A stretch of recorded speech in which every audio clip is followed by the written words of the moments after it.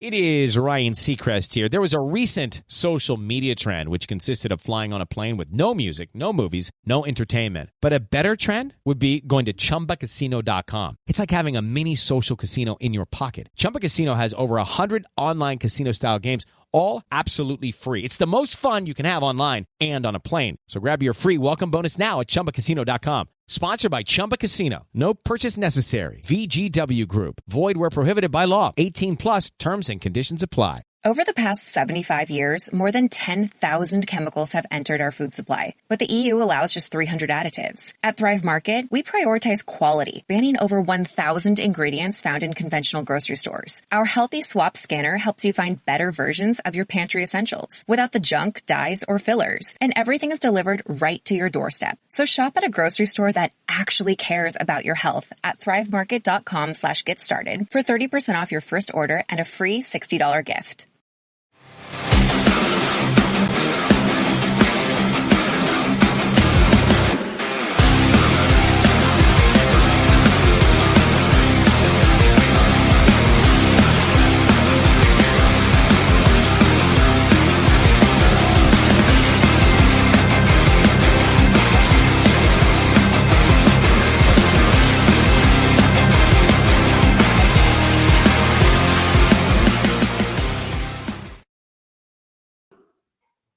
All right. Hello, everyone.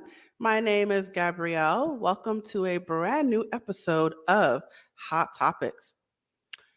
This is the show where we talk that real talk about things that are happening in education, employment, mental health, physical health, social services, or anything else that is steamy. I know I always say that I'm excited about my episodes, but today I am excited about this episode because we have a returning guest to the show, and it's been a while since I've seen her, so I'm honored that she has returned to the hot seat. She's returned to Hot Topics, and she's going to talk about something that is near and dear to her heart. And I am honored that she has chosen Hot Topics as that platform. So with that said, let's get right into it. So today's topic is, let me get my banner. So the banner today, not the banner today, but the episode today is Teacher Trauma, Why Self-Care is So Hard to Access. This is an interesting topic when my guest presented it to me, and I am interested to hear her perspective on this. It's Hot Topics, right? So let's see where this goes. So that is our topic for today, and I am looking forward to this discussion. So let's get right into it. So my guest today, she is a returning guest. Her name is Carrie Meyers, and I want to tell you about her. Matter of fact, no, I want to remind you about her. So let's do it. Who is Carrie Meyers? Let me remind you about who she is. So Carrie Meyers is passionate about inspiring educators to invest in themselves. After spending 13 years as a classroom teacher, Carrie started this is the word I struggle to say, Empowering Educator, a virtual, soul-centered, empathetic solution for educational and emotional support. Her goal is to create communities of care to help educators make real progress toward their goals of advancement, fulfillment, and balance. She intends to support educators through individual and group sessions so that they model positive qualities for their learners. It is her most fervent wish that educators receive the respect, space, and coaching they need so that education once more becomes synonymous with joy. Fabulous. All right. So without further ado, I'm going to bring Carrie to the stage. Hey, how you doing today? Hi, Gabrielle. I am well, thank you. It's so neat because I didn't update my bio for you, but it's nice that that still resonates with all the things that I'm still trying to do. Oh, okay. What are you doing now? What's different? I don't know if anything's really different. I've just learned a lot more since we've last talked. And I think that's what I'm really excited to get into. Because, like, yes, my backstory of having left the classroom and of wanting education to be synonymous with joy is, of course, still forefront. But I'm really understanding more clearly, like, the barriers to accessing that joy, which is basically what the topic is today. All right, so let's get right into it. I'm going to hand over the baton and I'm going to let you just dive right in. Sure. So I have been in a program for the last 4 months through NARM Training Institute, which is the Neuroaffective Relational Model. And it's all about how we not only use psychotherapy, but also somatic processing to understand our past traumas in a present tense environment. So the title of this, like teacher trauma, might have a couple people like, I'm not really sure what that means. Um, and it's interesting because it kind of goes back even farther than what I realized, which is that most teachers go into education because they have been attuned since childhood to other people's needs rather than their own. So this idea of teacher trauma, we've had developmental trauma as we've grown up, which has meant that we have stopped attuning to our own needs. And people who identify with this survival strategy, because in order to survive as an infant, you're dependent on the caregivers around you. So if you've grown up attuned to their needs rather than your own, then you tend to go into caregiving professions. So these are people who are psychotherapists and teachers and social workers.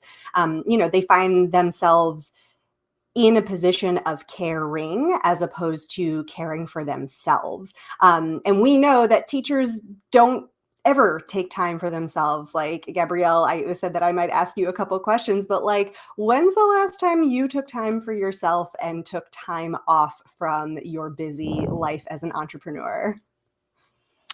Um, I would say very rarely. It is a work in progress. I definitely need to take time off, and I think it's one of those things about being an entrepreneur is that, um, or maybe I could just speak for myself, but I feel like I'm working 24/7. So even if I'm not physically working, my mind is working. So it's like my brain is racing all the time. So I guess in terms of like stopping myself when I find like it gets too much. I mean, I have moments, but then it's like it's like an engine, like it just turns back on again. So basically, what I'm saying is it's a work in progress. Yeah, no, and I think most people who are hearing this, who are in the caregiving profession, will identify with that. They're like, "Oh, I should do this, right? I need to do this." And there's a lot of shame when we talk about should, and that's because we have identified with this caregiving role so much so that we are completely oblivious to our own needs. And so this was something that really kind of came to ahead for me personally, which is why I left the classroom, which was that I got to a point teaching during the pandemic where I set good boundaries. Like, I wasn't going in too early, I wasn't staying too late, I wasn't responding to emails outside of classroom time, like the boundaries we should have as educators, but have largely been ignored in the education system. And all of the time, and I'm saying all of the time outside of school, was coping mechanisms for the stress of my job. And once I realized that, I was like, whoa, this is not okay. Like, I shouldn't have to spend all of my free time just unwinding from the trauma and the pressure that I put on myself in my role as a caregiver, but then is reinforced in this system where we work, where it's kind of expected that we're going to go above and beyond. It's kind of expected that we're going to do unpaid labor because it's for the kids, right? And yes, that's absolutely 100% true. But we keep hearing this thing that's like, teachers need self-care. You can't pour from an empty cup. And like theoretically, which is I think what you were getting to, Gabrielle, is like you understand it, you know it, but then it's that step to actually doing it that's really, really challenging. And this is more complicated than it sounds like on the surface. So, you know, on the surface, you're like, okay, teachers don't take care of themselves because they're busy caring about other people. Let's just give them a day off, or let's like cancel a meeting or whatever. And that's all well and good. But then, just like you alluded to, Gabrielle, your mind is going 1,000 times, 1,000 miles a minute, thinking about all the things that you need to do. So even if you have that time, you tend to use it to do something else that's going to like further your goals. And this is what's called efforting, which is basically thinking you can like do your way out of something or do your way into something, like effort your way into something or out of something, where when we've been so attuned to other people's needs, instead of doing something about it, what we actually need to do is like be still and start to notice our own needs, which for most of us has been a lifelong pattern of not doing that. And so you can give educators time, you can give them days off, you can give them gift certificates or wine or whatever the thing is that the school's going to do. But if you're not actually teaching teachers how to take care of themselves, then they're just going to use that time to like get caught up on planning or, you know, grading or whatever. So in order to like undo this, it's how to have fun anytime, anywhere. Step 1, go to chumbacasino.com. ChumbaCasino.com. Got it. Step 2, collect your welcome bonus. Come to Papa welcome bonus. Step 3, play hundreds of casino-style games for free. That's a lot of games, all for free? Step 4, unleash your excitement. Chumba Casino has been delivering thrills for over a decade. So claim your free welcome bonus now and live the Chumba life. Visit ChumbaCasino.com. VGW Group. No purchase necessary. Void where prohibited by law. See terms and conditions. 18+. it's the first level is to become aware of our own needs, which sounds like it should be easy, but it's not. Like if we sit here right now, like we'll do an exercise right now, like if you just sit here, most people get really uncomfortable after about 3 to 5 seconds of silence, and their mind is going to the next thing, and they're thinking about what they have to do, or they're feeling some sort of regret from the past or anxiety about the future. So staying even present for like a couple of seconds to like actually see what's going on in our bodies is really tough, because we have been conditioned basically since we were very young to care to others. And then we were working in an education system or existing in this system of capitalism that is based on productivity. Your worth is assigned to what you produce. And rather than efforting your way to self-care, what you actually need to do is be still and step back and quiet your mind from all of those other distractions and ideas of efforting. So that's the first step, which already is really challenging. Like, Gabrielle, did you feel uncomfortable when I paused for 3 to 5 seconds just there? I did because I have I studied mental health counseling, and one of the techniques that I learned as a student was, using silence as a way to like break down people's walls, because people are uncomfortable with silence. It's like I don't know how to describe it. I think it's we fill our minds with noise, and so when it's quiet, it's like it's a way to look inside yourself in a way, and it's a way to get into your subconscious when you eliminate all the noise. So you may not want to things to come out, I think, or it might be a way of the way that we like repress memories is filling our minds with noise. So when it's quiet, that's in a way that's when your true self comes out, and you may not want that to come out. I know I'm getting all scientific, but I think that's what I remember about the thing about silence is people are uncomfortable with it. So yeah, when you were quiet, I was like, whoa, well, it's too quiet. Yeah. So Yeah, it's too quiet. And I like what you just referenced about like sort of your true self coming out, or maybe those repressed thoughts or those repressed needs. And that's where I really am super interested, is in figuring out what those needs are. I know for myself, oftentimes when someone asks me like, what do you need? I'm usually like, I don't know, whatever, like whatever you want. It's easy. I kind of have this affect of being this easygoing, flexible, not a burden type of person, because I'm just easy to get along with. What that actually is a defense mechanism that I have built up since childhood to not express my needs. First of all, to not recognize them, to not accept them, and then not to express them. And this is where this idea of just giving teachers time or just giving them, whatever perk only can go so far. Because even if you get those things, it doesn't mean that you're going to use them. And if you use those things, it doesn't mean that it's actually going to fulfill you or give you joy.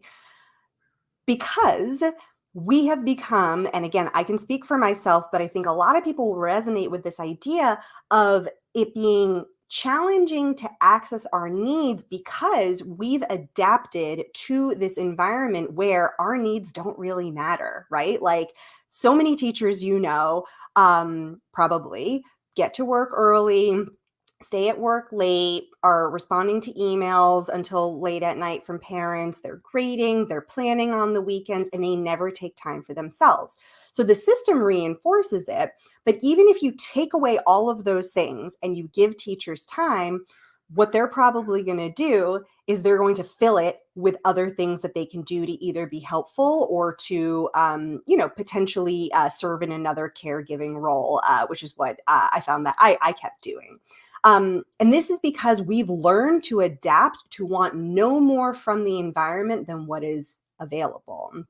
So if we live in a school, if we work in a school environment where, we've got 3 different preps, sometimes 4, sometimes 5. You've got like maybe a planning period, maybe a grading period. All of those times are usually filled with meetings, or they're filled with meetings or phone calls, or you fill it up. So what ends up happening is that we never actually know what to do when we have that time. And if we do have that time, we've learned that it's better not to know our needs rather than know them.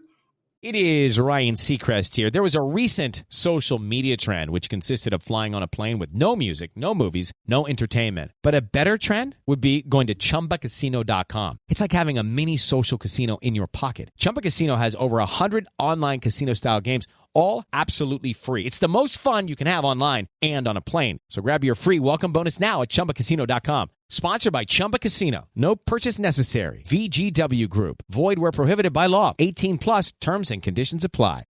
And never have them be fulfilled. So this is the part that I feel kind of gets tender when I think about it, is the fact that if someone asks me what I need and I know, a lot of times I'll get this like teary feeling or like this tightness in my chest or my throat, because expressing my needs feels humiliating or it feels scary. So what becomes easier is just to attune to the needs of the person around me rather than actually getting my needs met. And even if on the surface, that's like, oh, Carrie's just the friend whose shoulder we cry on, or we call her for advice, or she'll tutor, or she'll babysit, or whatever. I will do all those things willingly, and I love all of those things. But I have from the past, and I'm continuing to unlearn how to have those boundaries for my own energy and my own wellness. And also, if someone is actually giving me the opportunity to be like, well, does this work for you?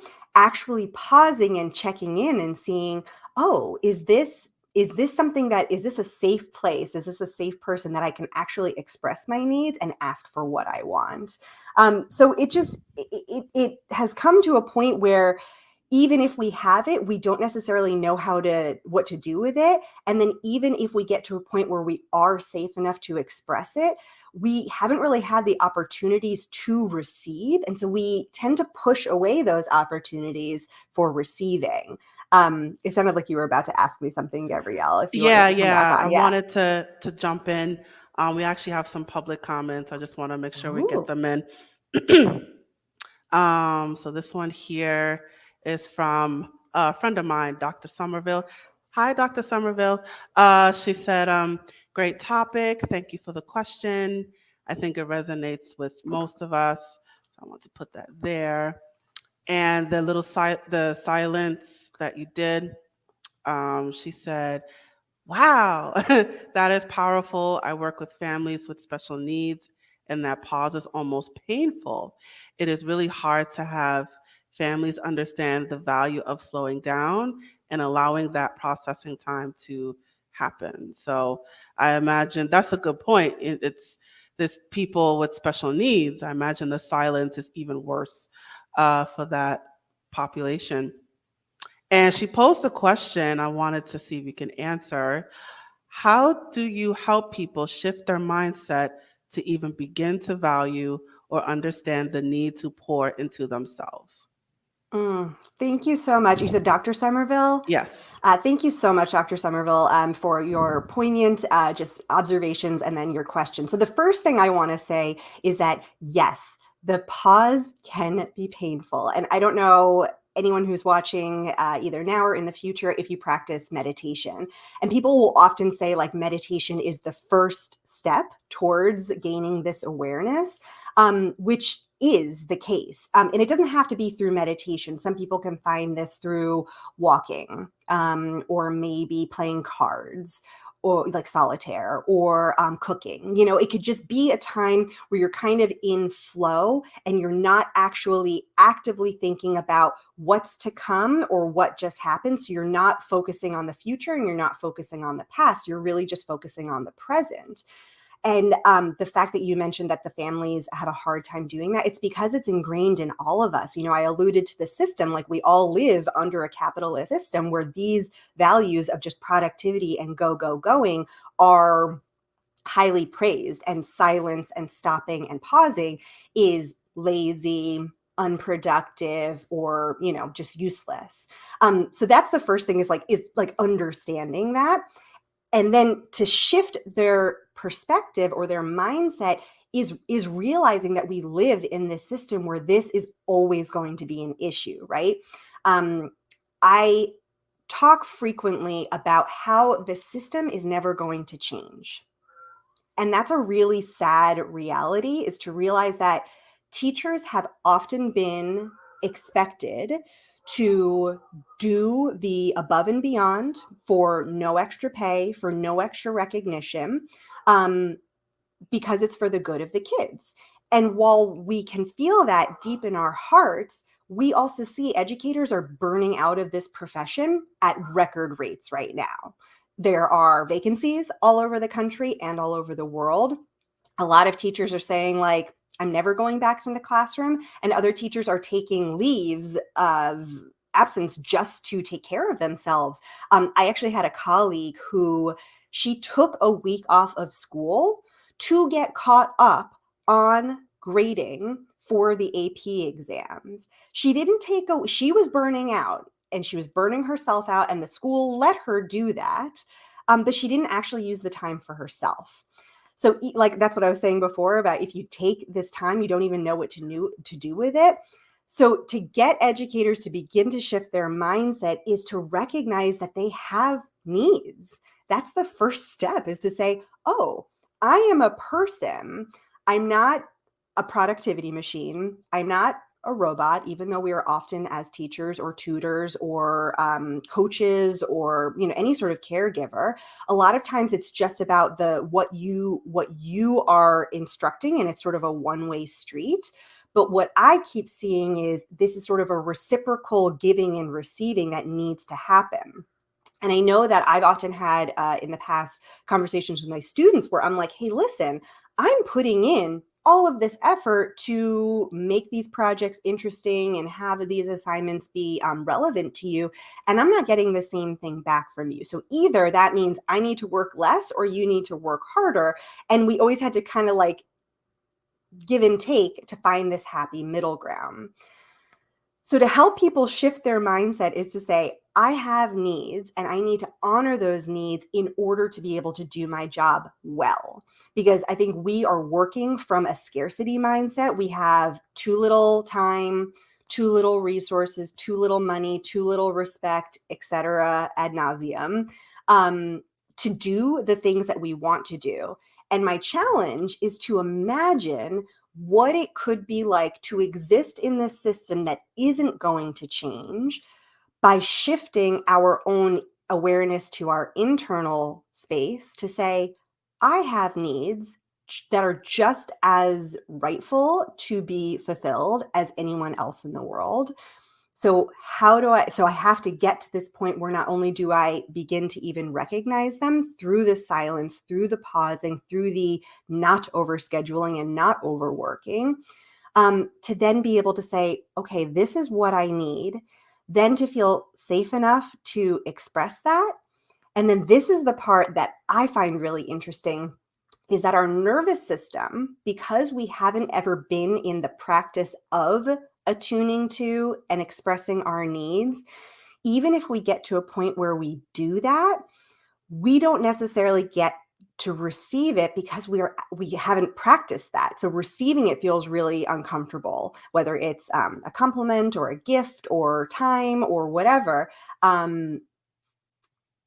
We need to be able to say, I am worth this. And in order to do this, and in order to feel safe with this, and in order to train my nervous system to say, hey, it's good to attune to my needs, it's good to express them, and it's good to receive, you have to be able to then celebrate the fact that you did that and savor the fact that you did that. And that feels like something that is often pushed aside. It's like, again, I talked about this efforting before. You feel like you need to do. But sometimes it's just a matter of stepping back and surveying and saying, man, I looked at what I needed. I expressed what I needed. I received what I needed. Good job. And it's a process. This is a lifelong process for many of. That's why we got into these professions, that we have to slowly undo by going through this process of identifying, expressing, receiving, and then celebrating and savoring. So thank you so much for your question. Awesome. All right. So now I'm wondering, I also feel like there's a savior complex as well, in that, and maybe it's just me, like when teachers are, or any educator really, when they're working with kids in, let's say, disadvantaged neighborhoods or low income, or a lot of the kids tend to be, minorities, people of color, there might be like a savior complex in that, I want to do more for them because because they don't have the advantage, or they're under advantaged, or they're unrecognized, they're undiagnosed, they're cast to the side. No one really cares about them. And I'm wondering, that can also, because I think before you were talking about self trauma, but I also think there's like a cross trauma or an other trauma. I can't think of a word for it, where it's like I have to save these kids because no one else will. So I'm Yeah. wondering if you could speak to that. Yeah. I would say that savior complex is, I mean, you specifically mentioned, sort of under-resourced and disadvantaged communities. And this is the systemic issue that goes on, which is that people are kind of thrust into these situations. I'm thinking particularly of programs that will put teachers in for 2 or 3 years just to get certain quota met, and then they train them for that amount of time, and then afterwards they're like, Step into the world of power, loyalty, and luck. I'm gonna make him an offer he can't refuse. With family, cannolis, and spins mean everything. Now, you wanna get mixed up in the family business. Introducing The Godfather at ChumbaCasino.com. Test your luck in the shadowy world of The Godfather slot. Someday, I will call upon you to do a service for me. Play The Godfather now at ChumbaCasino.com. Welcome to the family. No purchase necessary. VGW Group. Void where prohibited by law. 18 plus. Terms and conditions apply. good luck, you can do it. What ends up happening is that because those systems are oftentimes breaking down from the hierarchy and the communication and the systemic history of disadvantage. I think about the racial disparities, socioeconomic disparities all over the country. You're generally taking white teachers, putting them into these situations. So these people who come from most likely different backgrounds, definitely more privileged backgrounds, regardless of socioeconomic status. We know that race is something that is inherently privileged for people with white skin versus people with dark skin. And when these people come in, and I also have to say that I have experience in this. My first job out of college was teaching in DC public schools. So here I am, a 22-year-old white woman coming into a classroom of primarily Black and Hispanic students and trying to teach them French. And they're like, how is this even going to be useful to me? So when I think about my time in DC public schools, I think about how I was coming with this understanding of my own experience in the education system, which was incredibly more privileged than the situation in which I was teaching. And now that I understand a little bit better about sort of the systemic inequalities that have happened in inner city, particularly like a school district like District of Columbia public schools, I realized that I was woefully underprepared to support these students in the way that they needed. I was giving them instruction from my background, which was completely different than theirs. And I alluded to, programs like Teach for America, although I don't want to say that I have anything against that type of a program. But what ends up happening is that we kind of get this cycling of teachers who will be in there for 2 or 3 years. They do the best they can in that time, and then they burn themselves out trying to be this savior in this situation. And if I'm going to tie it back to sort of this idea of trauma and self-care, what I see as being possible is that when teachers go into these professions, whatever the situation is of the school in which they work, we're so used to overworking and overcommitting and overpromising that becomes the norm. And then your students are seeing an over-caffeinated, under rested, overworked, burnt out person in front of them. And then they're just saying to themselves, all right, I just got to get the work to get the A, and then I move on. And it becomes like this assembly line.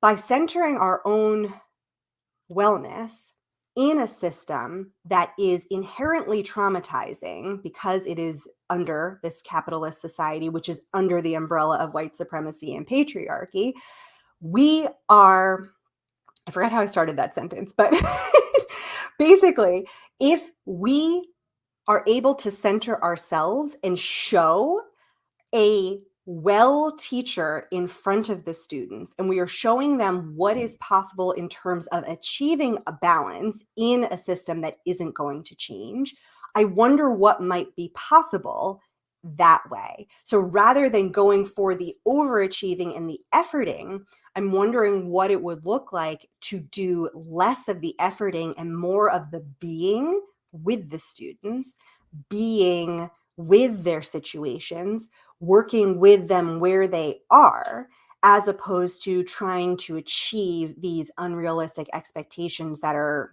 set on teachers from central government that don't actually know what happens in the classroom. That's interesting. So now I'm wondering,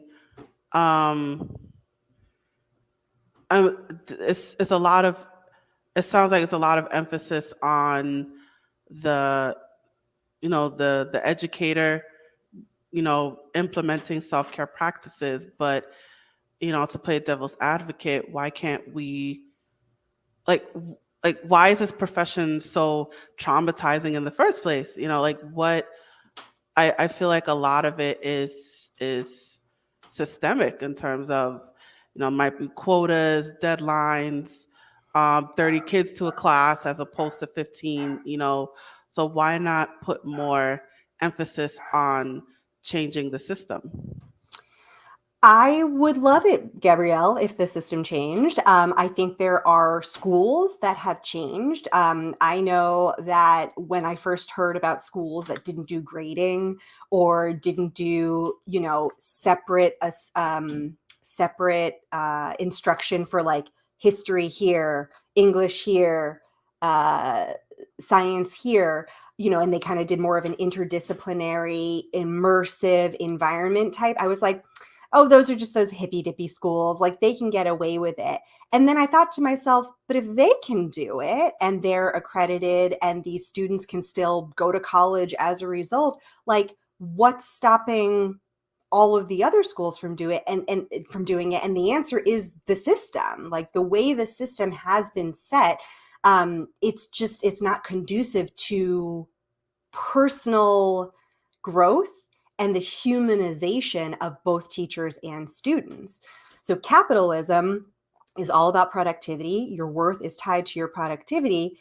And if you think about how schools are set up, it's all about progress. It's all about productivity. It's all about what you do that earns you a certain place that then qualifies you for the next thing and the next thing. And what we end up finding is that students who come out of like a very rigorous, so let's say college preparatory, middle and high school kind of situation, they get to college, they do the thing, and they're checking all the boxes, but they're not actually in tune with what they want. They're doing the thing that their teacher told them to do, or their parent told them to do, or that they think is going to make them themselves a lot of money. And what I would say is that, we can't escape the school system, right? Like the school system is there. It has been basically unchanged for almost 200 years now, like 150 plus years now. So I have very little hope that the system as a whole is going to change. I do think that there are little pockets of examples of how something else could be possible. So what I'm saying is that while systemic change is ideal, even though in my mind it's not very plausible, what I'm saying is we're going into these professions as caregivers with all the best intentions. What we give up in doing that is access to our own needs and our own wellness, which is why teachers are burning out at a very high rate. So when I think about systemic change, I think about how can I exist as a member of this system, one who has been educated by the system and now is in turn educating. How can I stop this cycle of perpetuating this capitalism, this internal just productivity measure? And how can I center wellness instead and say, hey, yeah, we have to learn some stuff in this class today, but what if we did it from a place of calm? What if we did it from a place of center, of joy, of curiosity? That's what we want our classrooms to look like, but instead we are just striving for the next benchmark. And that's what's perpetuating the systemic change. So if we can exist and work in this system that I don't believe is going to change on a large scale, what might be possible for my classroom if I show up well-rested, not over-caffeinated, centered? We engage the students in centering activities, in calming activities. And at the very top of the show, Gabrielle, you mentioned sort of mental wellness, emotional, physical, spiritual, social. All of these are important parts of what make humans humans. And we spent so much of our time as teachers just in the mind. We ignore our body's needs. I mean, how many teachers do you know who never pee during the day, right? Or they don't drink water during the day so they don't have to pee during the day, or they work throughout their entire lunch, or name it, just keep going, like, right? This is what ends up happening to teachers. And the antidote to all of that is to actually sit with ourselves and ask, like, how's my body feeling right now? Okay, maybe I'm a little hungry. Oh, I'm definitely thirsty. And then you take care of those needs. Giving our mind a break with that silence we just talked about, rather than immediately ruminating on the past or immediately projecting to the future. What if I just am with what is? I know that I find that when I meditate, I feel like my brain is exhaling, like it's been holding a breath this whole time because I've been thinking. And then when I'm just focused on my breath, it's like all those thoughts go away. Another thing to do is sit and identify what emotions are present. And being careful as teachers, we tend to pick up emotions from our students, from our colleagues, from our administration. So if we can sit here and identify, I'm feeling a little overwhelmed. Oh, that's because, my boss just told me I have this parent meeting later that might not go well. Or I'm feeling a little anger because that student who I thought I was getting to was late with their work again. I also think it's really important to kind of throughout the day remind yourself of all the supports you have. So whether it's a trusted colleague, it's a partner, it's a friend, it's a furry companion, and you can say, all right, even if things are really tough in school right now, I can go home and pet my dog, or I can go give my loved one a hug. That can really help. And then I think kind of going back to the idea of the systemic change, I think pausing and reminding ourselves what our work as educators means in the grand scheme of things. Like, what place does this hold in my larger vision for why I'm here? Spirituality might not be a word that a lot of people resonate with, but it's basically just how you feel you play a role in the larger scheme of things. And education is a really powerful place to make a lasting impact. And what I would love to see is more teachers who say, what if my impact wasn't just getting all my students to A's or B's? What if my impact was being present with them and being a well person and seeing how that affects them, how that affects their parents, how that affects their siblings, how that affects the school community, and you just see that ripple effect continuing.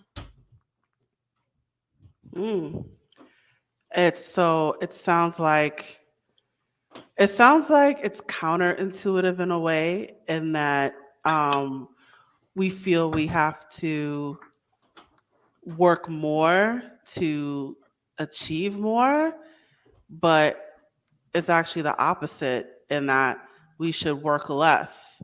Or less is more, is what I'm trying to say. I'm trying to be poetic here. That if we, if we work less, we can achieve more. Is that along the lines of what you're saying? Working and less and more still come from kind of this idea of efforting and of scarcity, where we're saying we don't have enough or we're not doing enough. I think, to phrase it differently, I think just being more is more. So it's definitely efforting less. So trying to accomplish something is not the same as sitting still and seeing what my internal compass is guiding me to do, as opposed to efforting for all of the external pressures that are put on me in my role as an educator, or therefore I'm putting on my students as learners. So if I can come from a place of I'm not striving, I'm not grasping, I'm not perpetuating this cycle of do, but I'm instead saying, hey, we are in this class together. We are going to learn, but we need to do this from a place of calm, because we also know that too much stress and too much overwhelm will not yield learning. We won't be able to learn. There's a certain amount of stress that the nervous system can handle that is ideal for learning. But if we are in these perpetually stressed out states, which many of us are in, both as students and teachers during this pandemic, but also before, that now we have to figure out how to be in this system, or else all these teachers are going to end up leaving, which is happening, unfortunately. So it's not necessarily doing, it's being present with what is and meeting our students where they are. And if we do that from a place of internal groundedness and awareness and empathy for what our students are going through and what we have, perpetuated onto them, then we can actually do more. And it's not because we're efforting more, it's because we're doing this from a place of calm and from a place of accessing what we need, which might be less time doing practice problems in class. It might just be we need to talk through things a little bit more. It might be, differentiating outcomes or outputs for projects, so that way students who have different skill levels or needs are able to express things differently, rather than just assuming everyone can write a 5-page paper or everyone can do a verbal presentation of 5 minutes. Like, that's not the same. Not everyone can do that. And in order to learn, you have to learn from a place of calm, and you have to know how to express from a place of calm. Step into the world of power, loyalty, and luck. I'm gonna make him an offer he can't refuse. With family, cannolis, and spins mean everything. Now, you wanna get mixed up in the family business. Introducing The Godfather at ChumbaCasino.com. Test your luck in the shadowy world of The Godfather slot. Someday, I will call upon you to do a service for me. Play The Godfather now at ChumbaCasino.com. Welcome to the family. No purchase necessary. VGW Group. Void where prohibited by law. 18+. Terms and conditions apply. This is very interesting. It's a lot to think about, and I would love to continue this conversation, but we got to start to wind things down. So do you have any words of wisdom that you'd like to share at this point? Any final advice that you'd like to share? Yeah, I would just say, for teachers who are listening, who are the type of teachers who go above and beyond, you're getting there early, you're leaving late, you are scheduling during your planning period, you're grading on the weekends. I just would love it if you thought to yourself, I'm doing all of this, I'm efforting in all of this way. And what is it that I'm getting in return from my students? And if there is an inequity there, what I encourage you to do is to pause and think about what are the most essential things that you need to do as an educator. And what I have found is that most students don't necessarily remember what I taught them, but they remember me as a person. And if you are the type of person who makes an impact on students, I want you to think about what it could be like to do that from a place of non-efforting and from a place of stillness and from a place of thinking about your own needs and then modeling that for your students. Because if you can model balance and fulfillment and joy and curiosity, you are going to have a more lasting impact on your students than all of the hours outside of school that you are putting into it. So I just want to offer that this is a very challenging profession. Most of us went into it because we were used to attuning to other people's needs. And so it's not our fault that we have a hard time accessing our own needs. But I want us to think about what could be possible to exist in this system exactly as it is, but to do so from a place of curiosity and fulfillment and joy.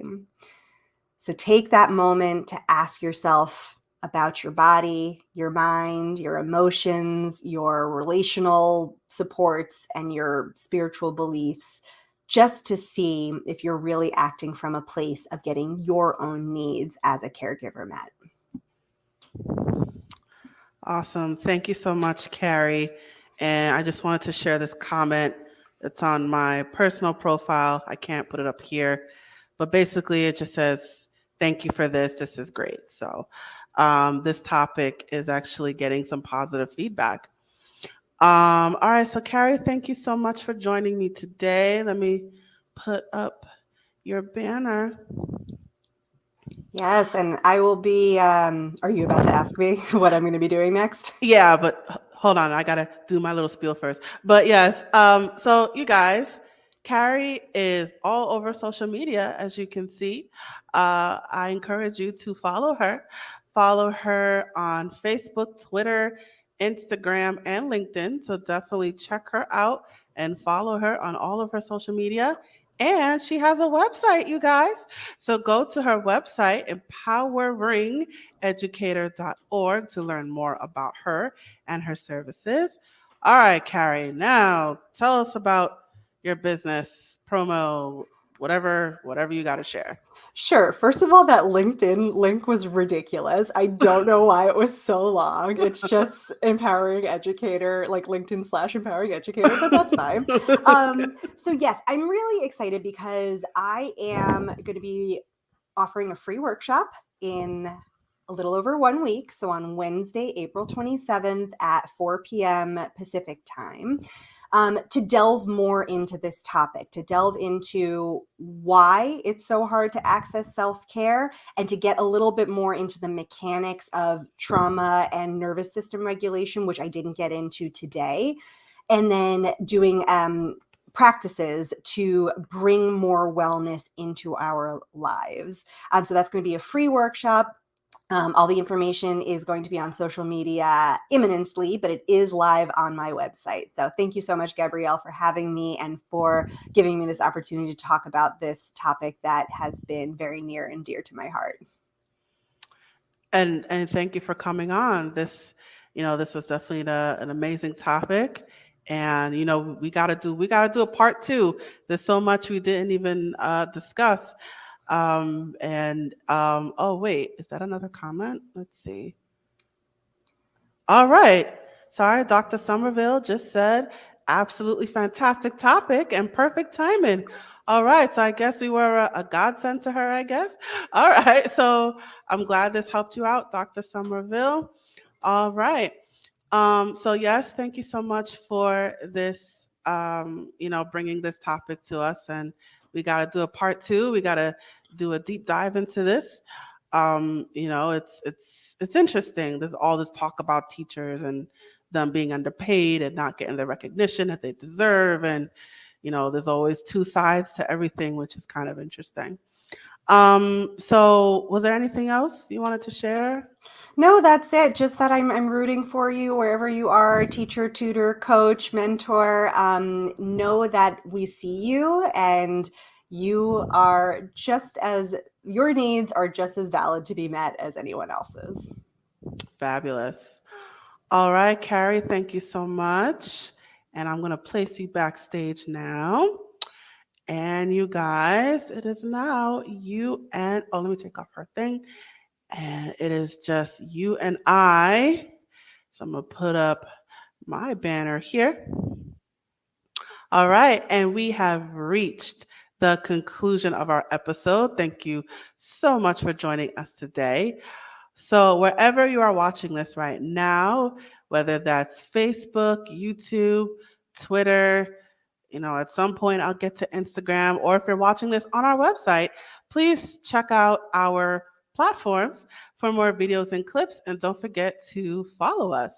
And while you're at it, please let us know what you thought about this episode by leaving a comment in the comment section below or in the comment thread.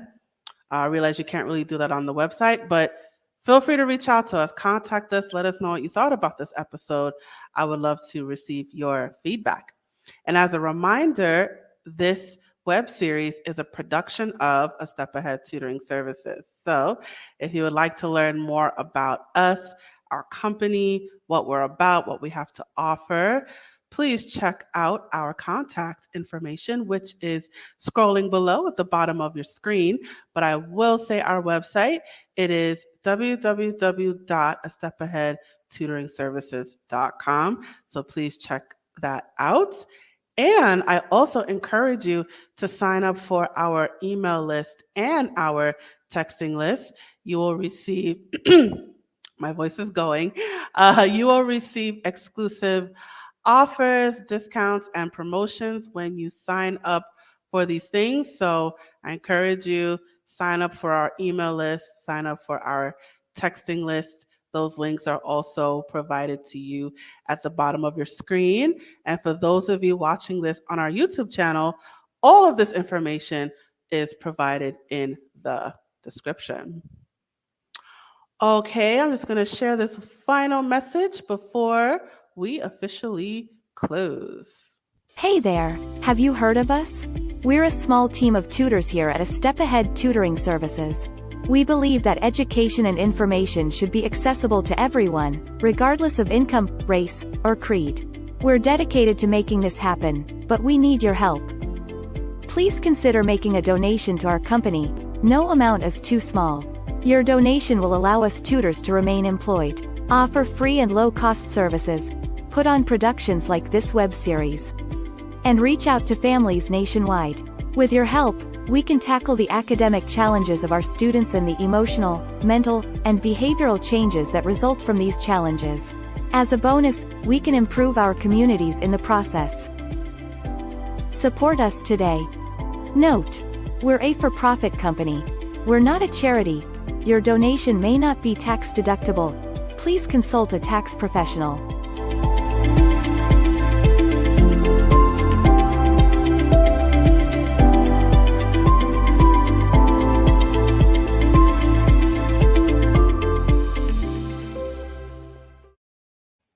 All right, you guys, thank you so much for joining us, and I look forward to seeing you at the next episode. Now, I am signing off. Bye.